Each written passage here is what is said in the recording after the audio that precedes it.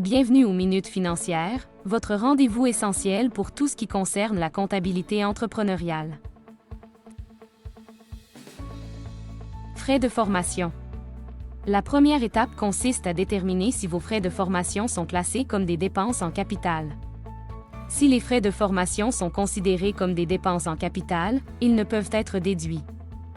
Cela arrive lorsque la formation procure un avantage durable, comme l'acquisition d'une nouvelle compétence ou d'un nouveau titre.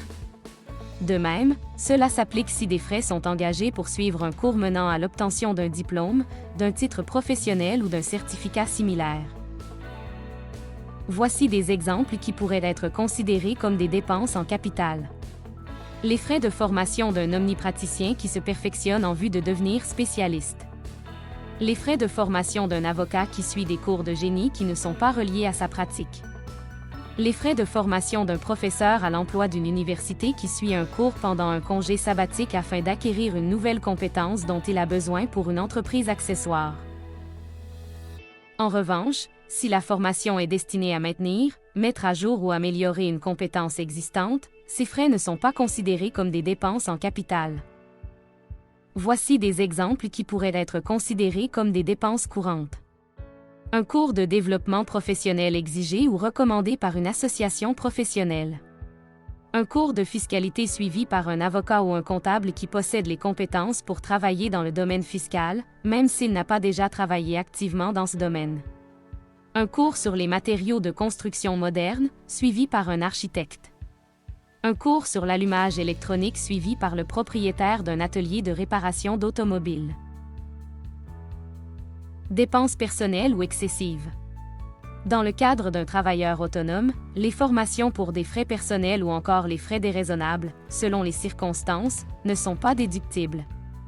Des critères tels que le lien entre votre formation et les besoins de l'entreprise, la durée des cours, leur lieu et les jours sans cours sont pris en compte pour évaluer l'admissibilité des dépenses. Par exemple, une formation en programmation neurolinguistique, pour un installateur de toiture, ne serait pas admissible alors qu'elle pourrait toutefois être admise pour un coach de vie. Congrès. Il est essentiel de les présenter à part, dans la catégorie des frais de congrès car ils peuvent être soumis à des règles fiscales différentes. Relevés fiscaux. Il est important de noter que si la formation génère un relevé fiscal, cette dépense peut être déductible au niveau des impôts personnels des employés, mais pas de l'employeur. Livre et manuel. Pour être admissible, le sujet du livre doit être en lien direct avec votre domaine d'expertise. Par exemple, l'achat d'un livre de croissance personnelle par un plombier ne serait pas admissible. Le même achat réalisé par un psychologue pourrait être admissible. Pour en savoir plus, lisez le bulletin d'interprétation IT 357, frais de formation ou encore, contactez Comptabilité Miss Royer et Associés. Les frais de formation doivent être déclarés à la ligne 9270 de la T2125 et à la ligne 246 de la TP 80. Si cette capsule vous a été utile, n'oubliez pas de cliquer sur j'aime, de partager et vous abonner pour plus de contenu. Pour une analyse approfondie de vos besoins, planifiez votre rencontre stratégique initiale dès maintenant. À bientôt pour de nouvelles réflexions financières.